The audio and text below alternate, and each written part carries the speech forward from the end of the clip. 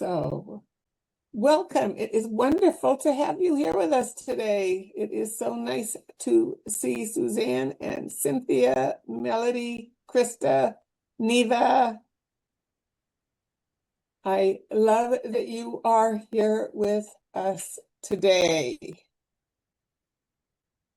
So if you would please go ahead and put your name and where you're from in the comments. Say hello to me.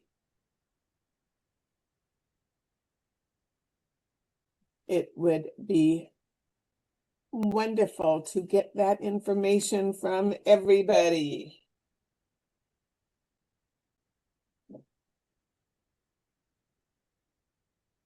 Yeah, Neva, you are actually really close to me, about 3 hours away.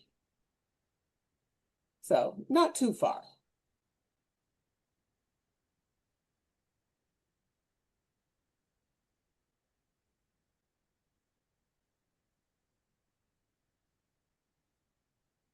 Yeah.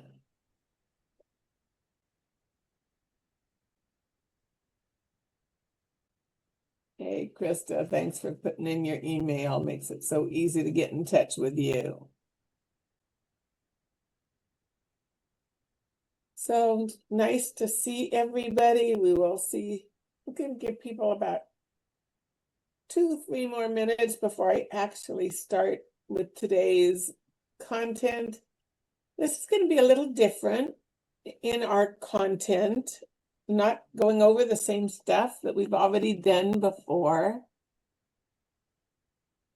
I hope you find it interesting. There are a number of people who said they were wanting to be here today that aren't yet here, and I know that people do show up when it works for them. And many people like to do these on the replay. So that is perfect. You know, darkness is a place where we all go. We're all human.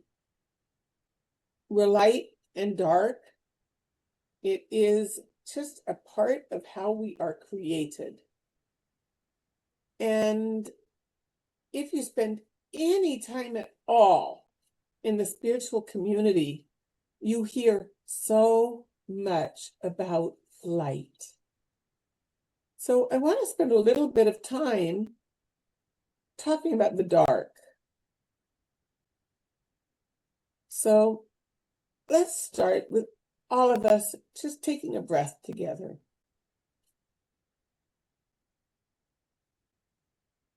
And release.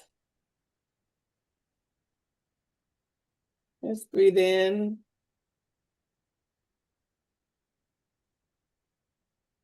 And release. Feel your body soften.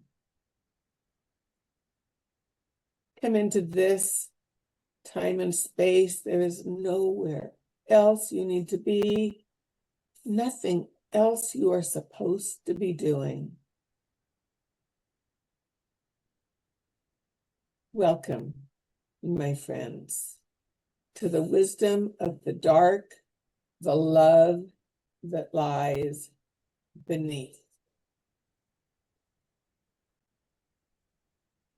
Today, we begin not in light, but in the place before light. Light was birthed in the dark.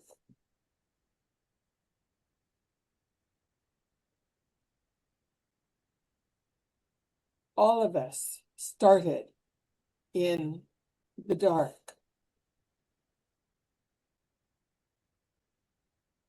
It's where everything begins. The birthplace of the universe, the birthplace of every plant and every animal. The birthplace of every idea, everything new. And I think that's a lot of why the dark is so feared, is because in the dark is uncertainty. You never know what is going to come out of the dark. Is it going to be amazing and wonderful, or is it going to be scary?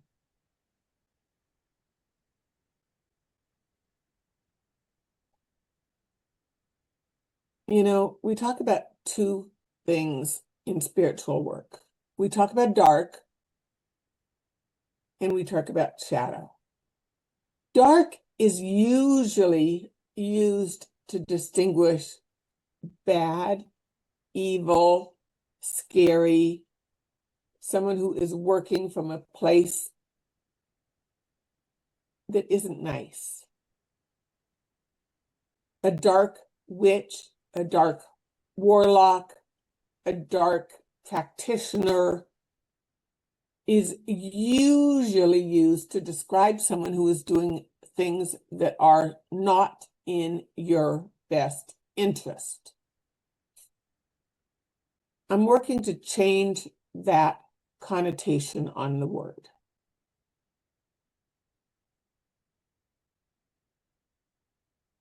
It has been appropriated in a way that is inappropriate.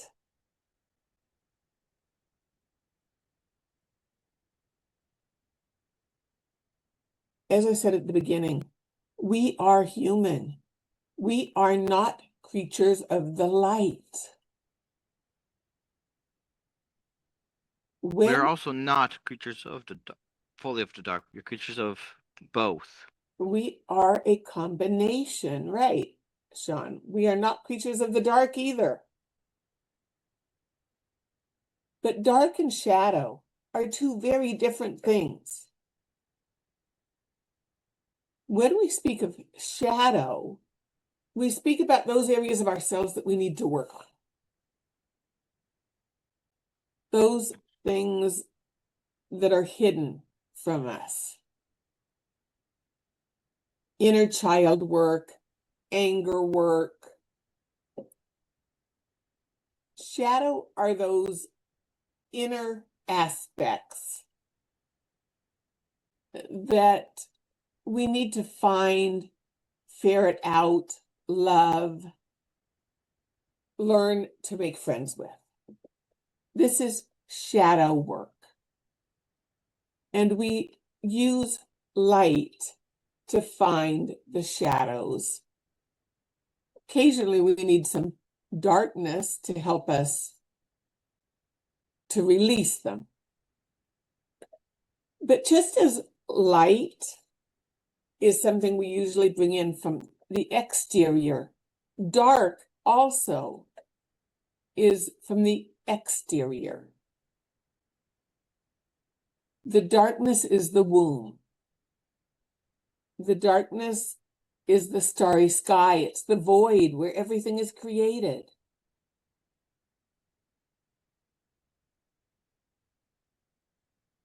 The darkness is not the shadow. The shadow, as I say, is inner work. Darkness is something we bring in to work with.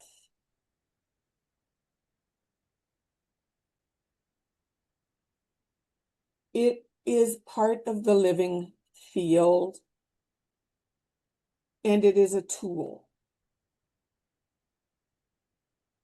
It's not good or bad within itself. It simply is.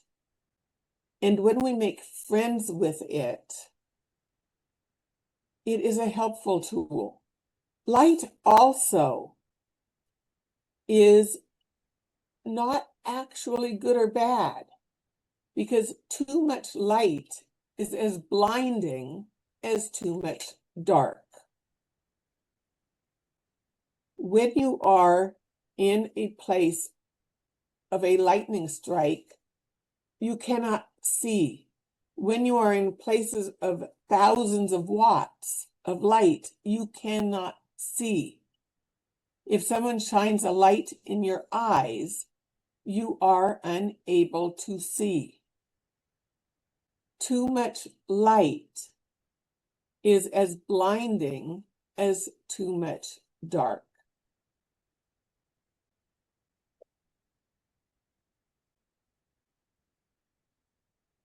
We just tend to think of light as being something that illuminates, that shows us the answers, that brings us to a place of knowledge. Both bring us to a place of knowing. However, we have been taught since we were very, very young to fear the darkness, to fear the unknown. When you try to walk in the dark, you stumble, you fall, you trip, you crash. It is difficult because our senses are designed to work in light. Mhm. When you watch someone who is without sight, they have a tough time. So they do learn to use the other senses extraordinarily well. And what we do when we start to work with the dark is we start to turn on those other senses. We start to learn to work with our intuition. We start to learn to work with basically our clairs. These abilities that are human abilities. We start learning how to sense what is in these other areas of being. So, frequency is one of those other dimensional tools.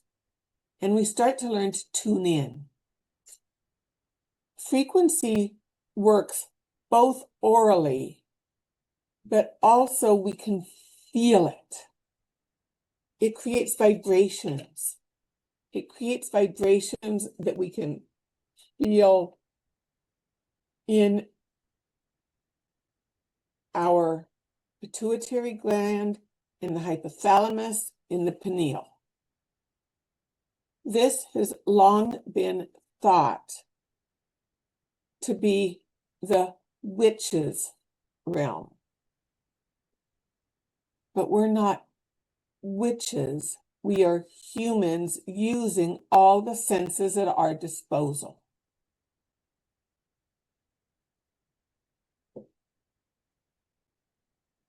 Just as children need to be taught how to read, how to play basketball, how to run properly if they want to be a runner, how to dance. I needed to learn how to sing.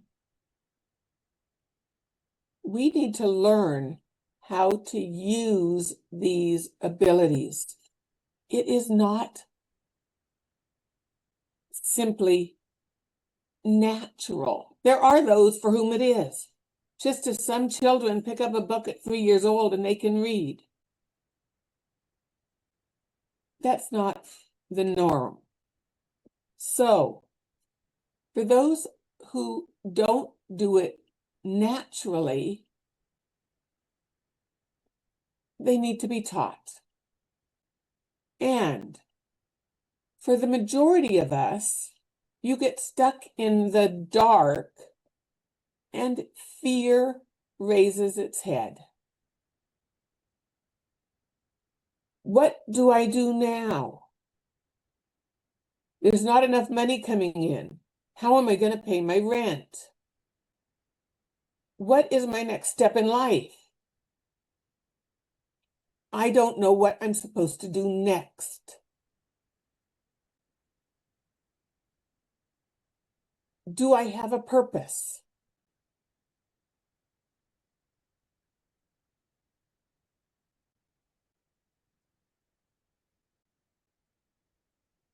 This person's out to get me. How do I stay safe?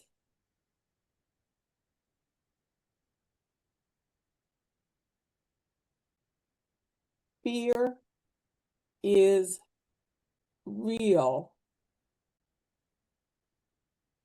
However, when we can get past the fear, we can tap in to our inner abilities and our knowings. Fear shows us what we need to pay attention to. It's not wrong, it's not bad. It shows us.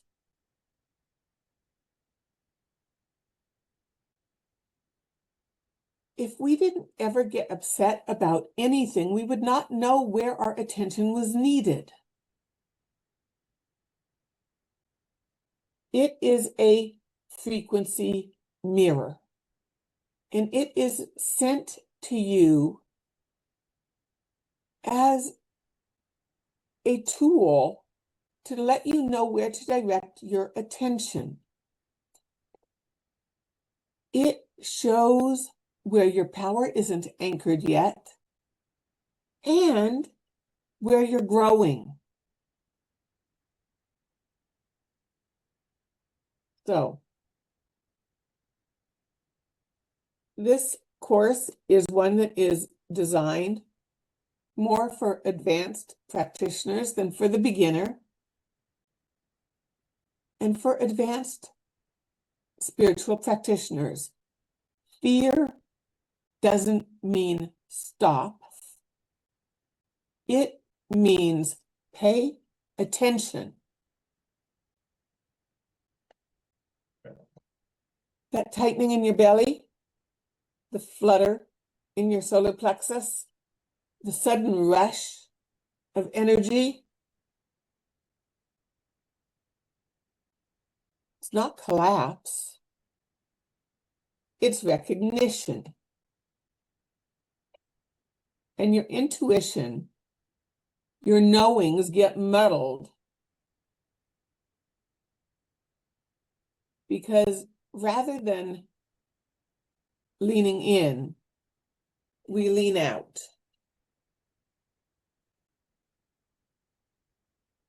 Uh-oh. This means I'm not supposed to go there. This is telling me to stay away. Now, it is telling you to proceed with caution. It's quite likely telling you not to run in, guns blazing. Intuition says something is off. Move with presence. Avoidance says, this feels uncomfortable. Get away. And fear triggers both of them for us. Our work, it's to learn the difference. So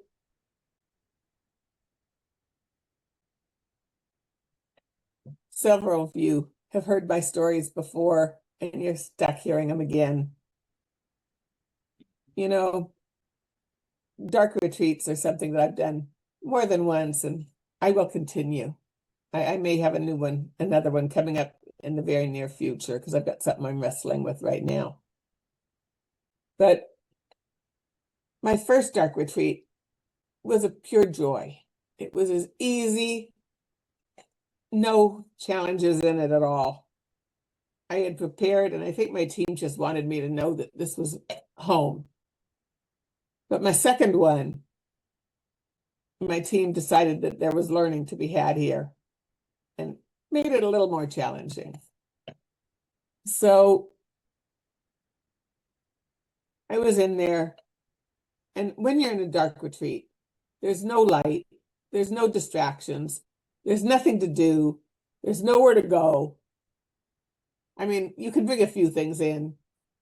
I take in my drum, I take in my bowls, my sound bowls, I take in my yoga mat so that I can move. But there's not a lot to do. It basically, that's the whole point of the thing.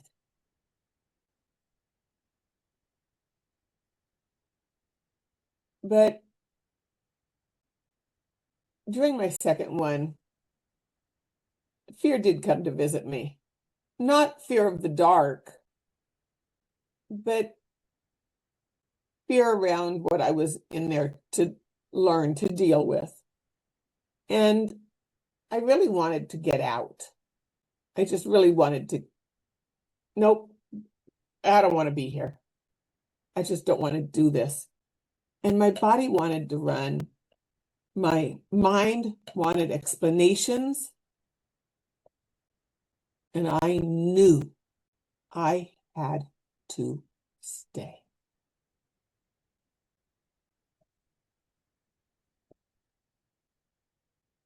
And there in the dark, in the stillness,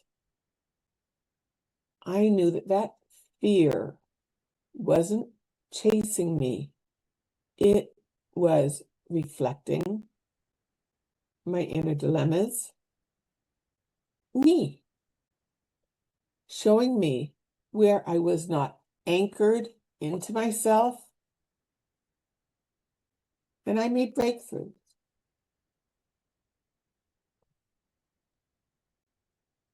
So,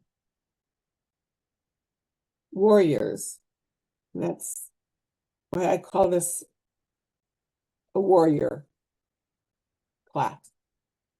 Warriors are not fearless. Warriors learn to cross the threshold anyway. You're not here to eliminate fear.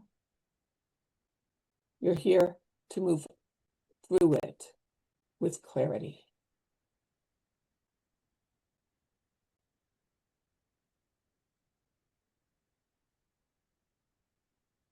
So,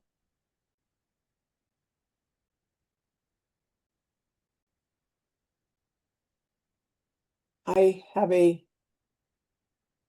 amazing new course, and I just want to let you know that my deeper work inside that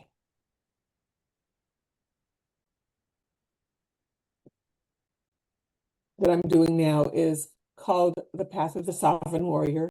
It's not for beginners. I do have avenues for beginners, but it's for those who want to bypass the dark and want to continue working with me.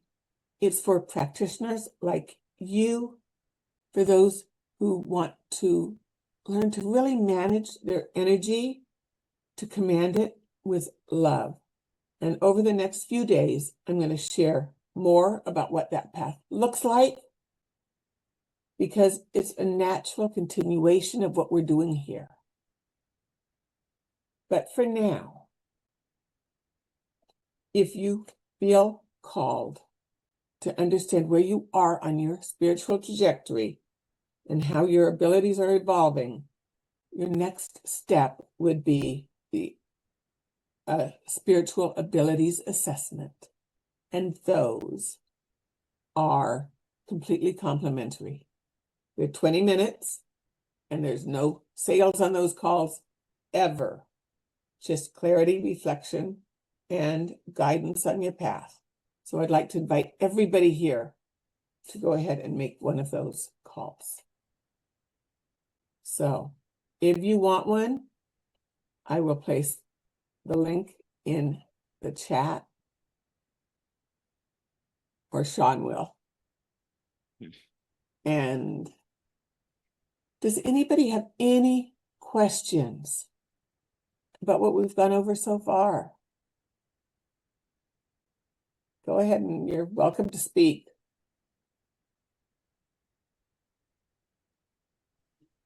Yeah, you mentioned the clairs. Can you talk about that a little bit more? I had to look Oh. that up. Didn't know what it was. Okay. Clairsentience, which would be to see, the third eye, when you can see with your eyes shut, what you see. Clairaudience, what you hear in your ears when nobody's talking. So clairaudience would be actually hearing someone speaking when there's no one there. I'm claircognitive. That's my strongest clair. I know things. It's like someone puts the information directly in my brain. I have one gal I work with who, a very strong clair of hers is clairgustience. She tastes things. I don't remember the names of all of them. Depending on where you look, some will say there are 7, some say there are 9. Some people smell things. You've got people who could feel things. They're like feel the cat's fur, even while they're not. So these are called the clair senses. And it's because they all have clair in the word. But the one that everybody knows the best is, and I just lost the word, but where you see things. And I said it just a minute ago and now I lost it.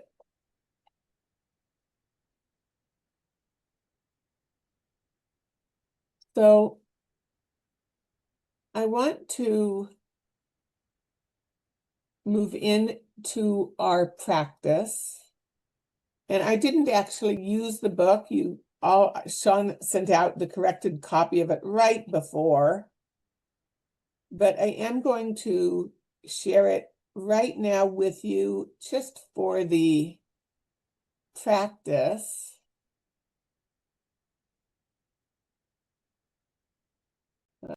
You should see it now. So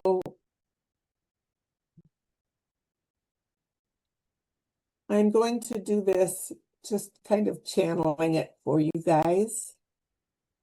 But we're going to do a little exercise where we're going to see what comes up for you. And it's a guided energetic process where we're going to take you deep inward. You're going to find a fear. Just something, anything, whatever comes up for you is perfect. We're going to feel into that emotion. Where is it coming from?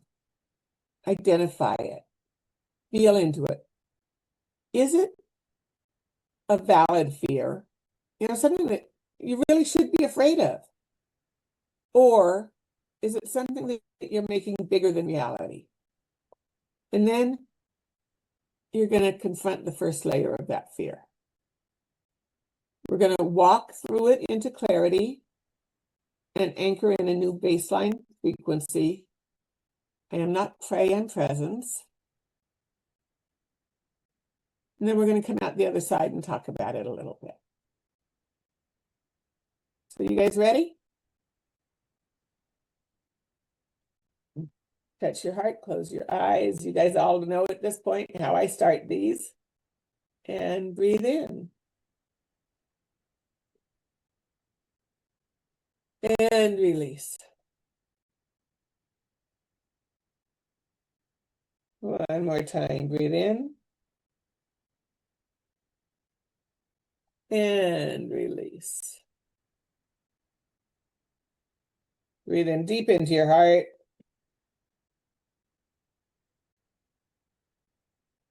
And release.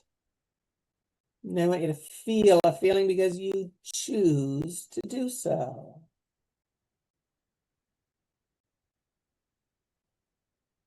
Gratitude for anyone or anything.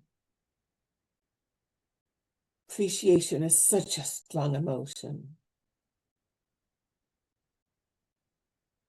To care.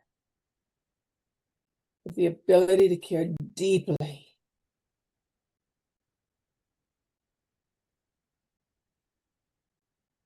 Because you choose to do so. Or compassion. So important in your life and in your world. Allow this emotion to rise up from your heart center.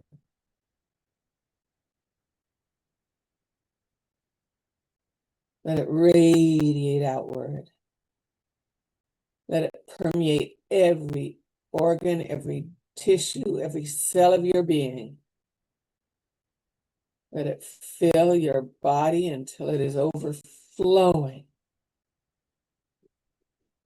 And it spills out into your aura.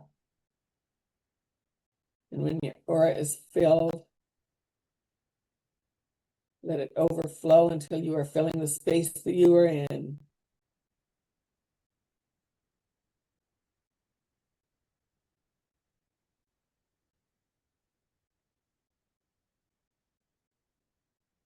Now, I want you to go ahead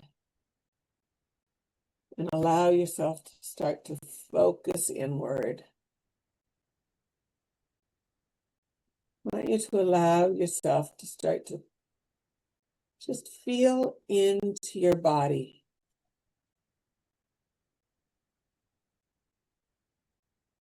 Feel into your face and your head. Feel into your shoulders, your arms. Feel into your chest and your back. Your solar plexus, your hips. Feel into your thighs and your knees, your calves, your shins, your feet. And as you come back up your body, where do you get stuck? Somewhere you will get stuck with an emotion. Let that emotion pull you. Let it guide you in. And let it start to grow. Let it start to grow like you were blowing it up as a balloon. Feel it.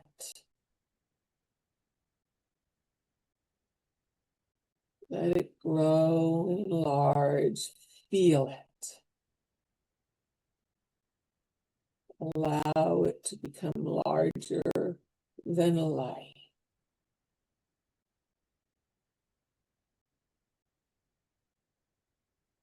Let this emotion, this fear,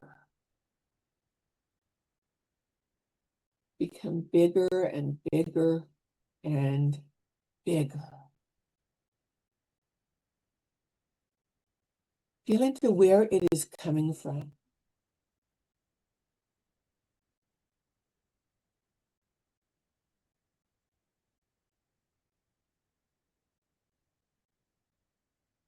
Is it coming from your childhood?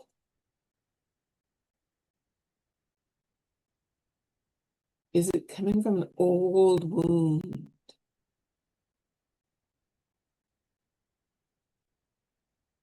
Is it coming from a fear of the future? Is it something somebody said?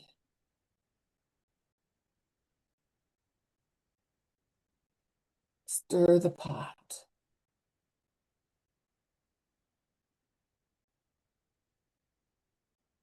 Is it valid? Is this fear something real? If it is there something you can do about it? If it is not, what can you do to diffuse it?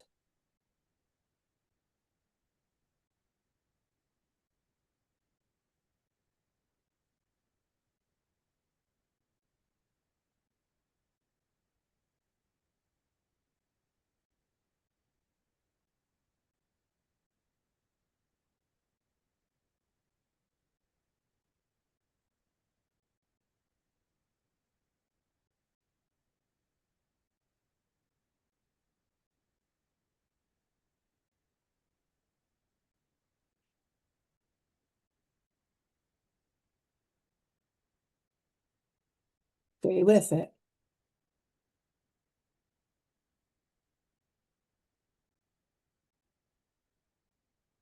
Walk through it. Find clarity there.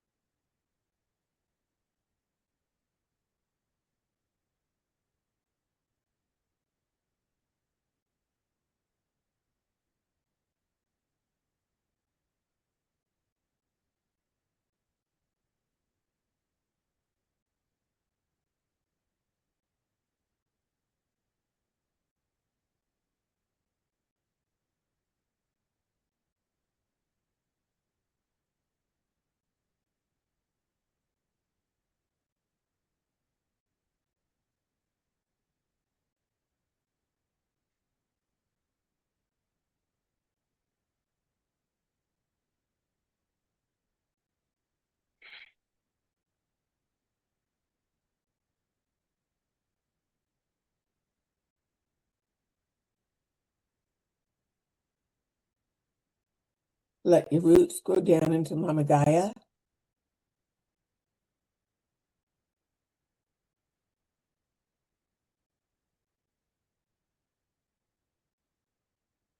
Feel your strength.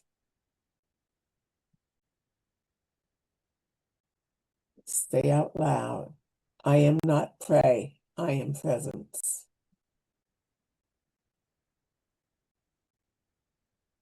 I am not prey, I am presence. I am not prey, I am presence.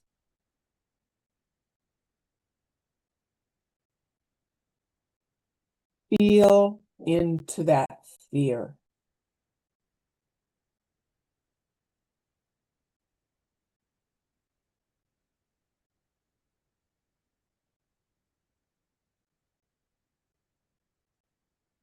And let it feel your presence.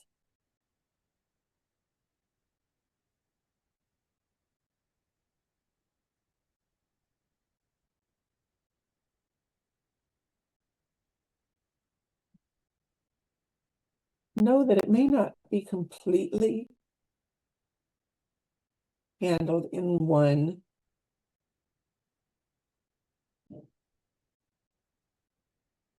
practice, and that is why you have been given this. But now I want you to go ahead and focus on returning into your body. Go ahead and start to slowly, quietly wiggle your fingers and toes, move your arms and legs gently.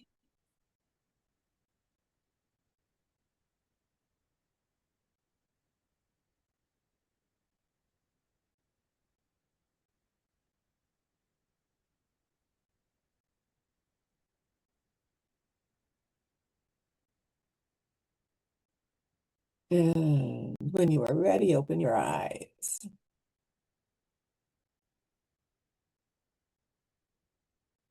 Anybody willing to share their experience with that?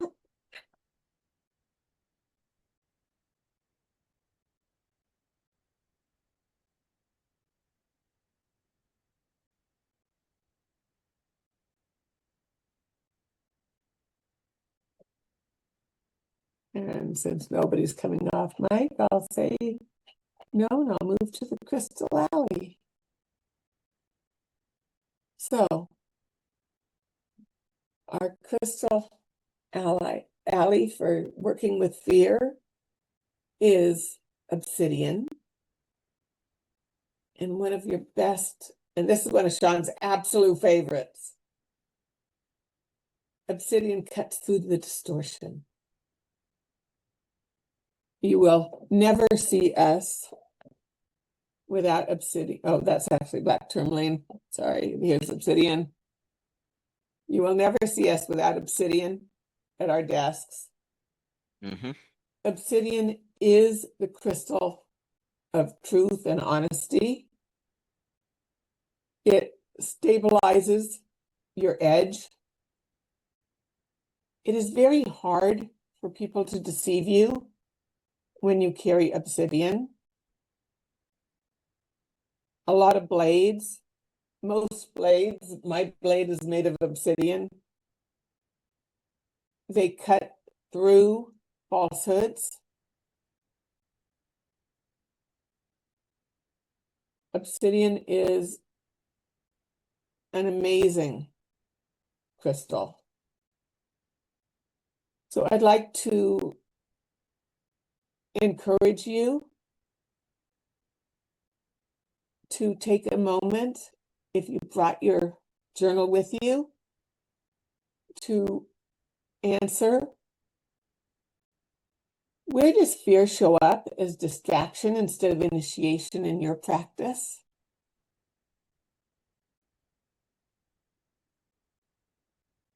I'm just going to give you about 2 or 3 minutes. I'm going to try to see if people will share, but if nobody does, we'll go on to the next one.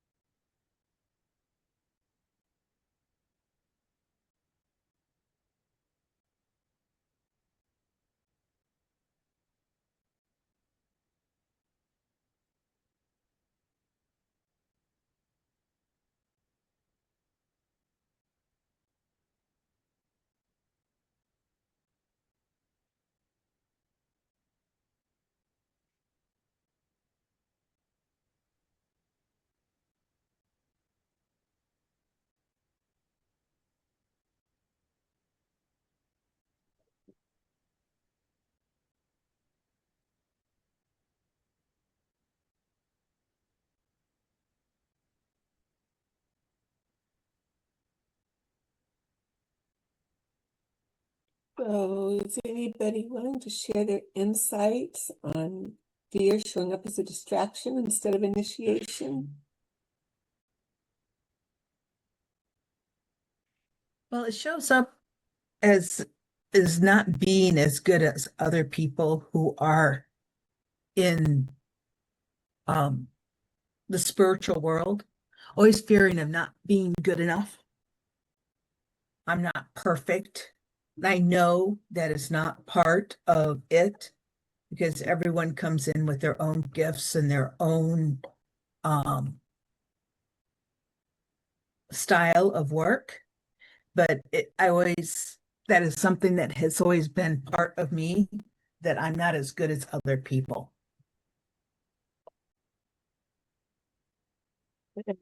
Being aware of that. is the first step to putting it to the side. Thank you. You're welcome. Eva, nice to see you. Hello. I can't see myself on here. Okay. Um, okay. So fear for me, well, it comes up a bit as exhaustion. I'm not sure if that's going to be the same thing, but just being tired and it's like, should I still even be doing this? Do you know what I'm saying? It could well be. That could very well be fear stopping you. And then also unplanned results or unexpected truths. So, like if I do some kind of meditation about living my truth, sometimes, like, I would say that I lost some major family members around that. You know, so on one hand, it's like I got what, uh, was living in my truth, but on another hand, I lost like major relationships, maybe permanently, so I'm not It sure if that was a fear or if that was just something that just happened where it's like,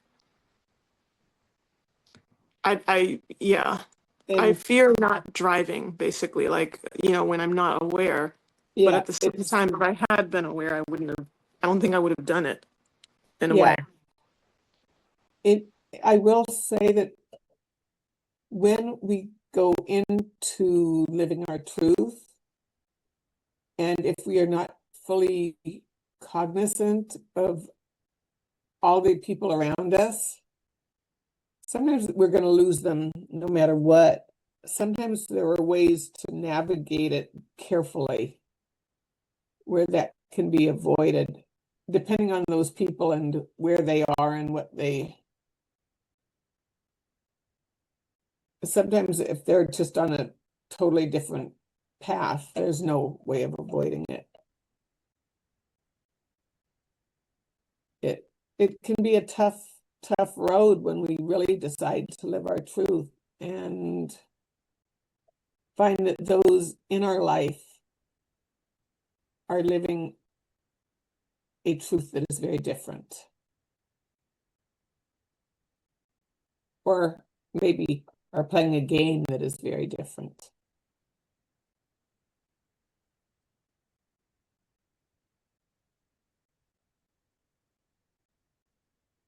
So I'm going to have you do these two together.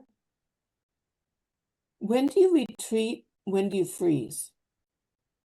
Because oftentimes they work together. We will retreat, sometimes we will freeze sometimes. But there's also when do you advance without thought? Because sometimes we freeze, sometimes we retreat, and sometimes we charge.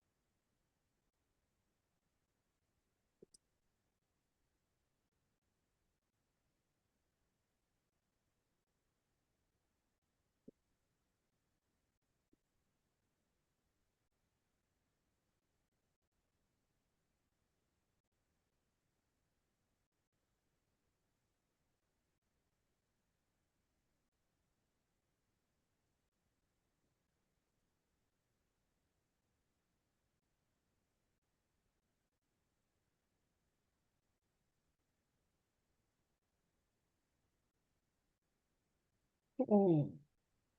Does anybody want to share what they got for this one? I do.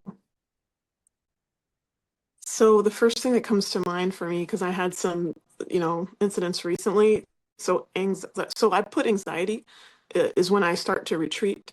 So when I see someone who's inconsistent or disrespectful, or if I have made attempt to communicate with that person with emotional regulation and they come at me with emotional dysregulation, I tend to retreat. And that would be, you know, if I'm working with like an engineer or whatever, like a recording engineer, or if I'm on a dating app or something, and if somebody's communication goes a certain way and then all of a sudden it's changed after I've seen a pattern of consistency, I just retreat.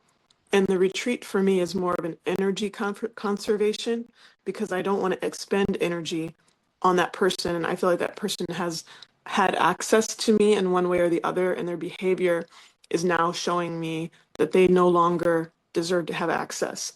So that's when I retreat. Um, for freezing, it's more like a verbal, like when somebody else is extremely dysregulated. I saw that a lot with my boss at my previous job, and people at other, I've known her from other people, like we've worked with the same people, but we only actually worked together at one job. So that's how I kind of got into that. And other people quietly told me some things about her that I did witness. And she does kind of flip out, but I never contribute to that. So when I see someone who is kind of having a tantrum and an emotional dysregulation, especially in a corporate setting, I don't contribute. So it's their show.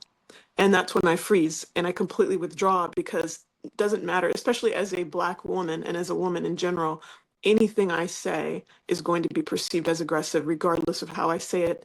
And so therefore I don't say anything at all.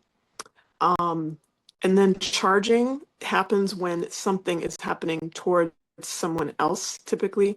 So like when, like my son, for example, had issues at school, this is many years ago, with the principal or whatever, teacher, other parents, um, I definitely charged in and was very um, clear about him being a child. And the same is true, like I was in a parking lot and somebody said some really nasty thing towards some random Muslim lady. This was in Tennessee. I don't know what happened, but I lost my mind for that moment. And I definitely spoke out and I probably risked myself, especially given in that situation, but it was very automatic for me at that moment. I had just moved back to the United States from Europe. So, that was just completely ridiculous what I saw. And she was an older woman as well. And I'm like, she didn't even speak English, but I just, I was screaming at these people. And I went up to her, and even though she didn't understand me, I hugged her. Maybe that was weird, but that was something where I was very overt in my Defense of behavior. others. Yeah. Yeah. Yep. Cynthia? I found for me in the past that I have at times frozen or retreated when there's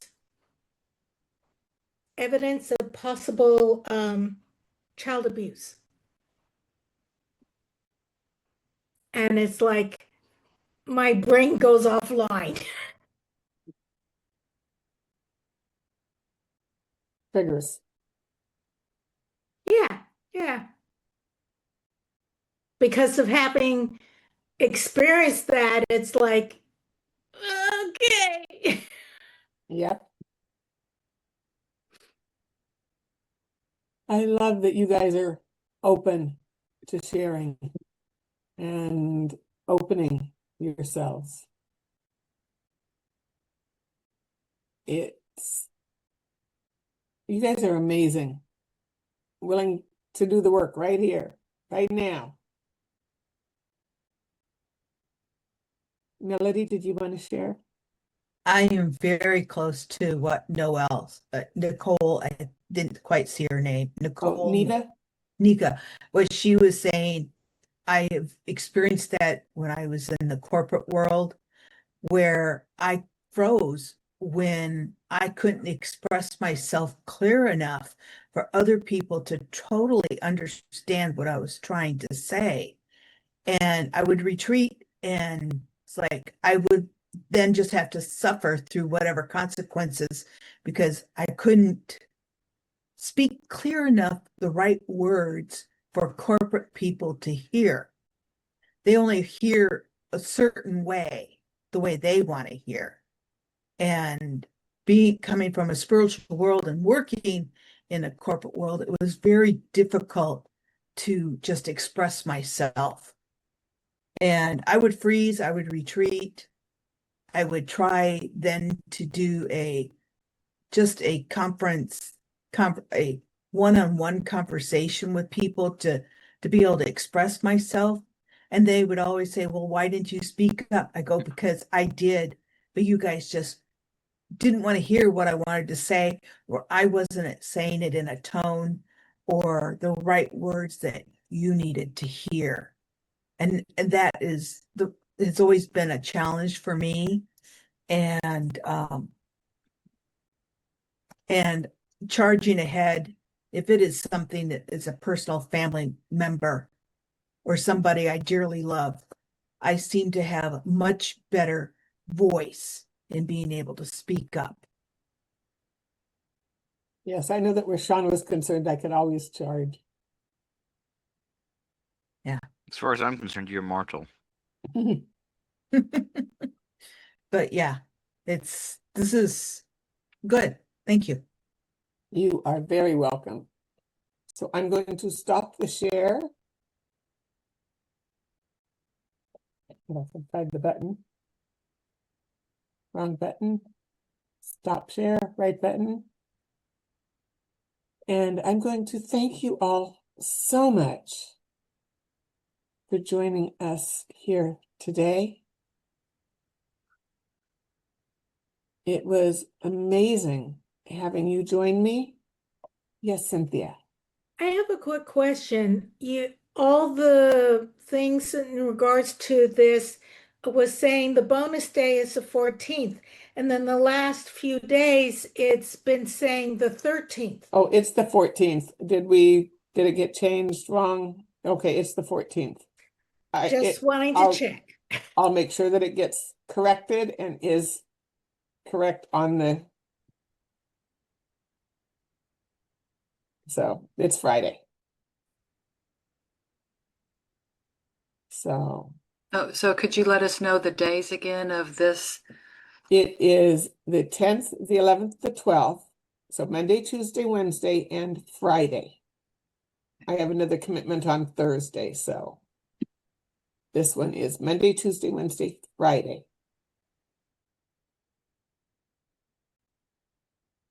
So I will see everybody then.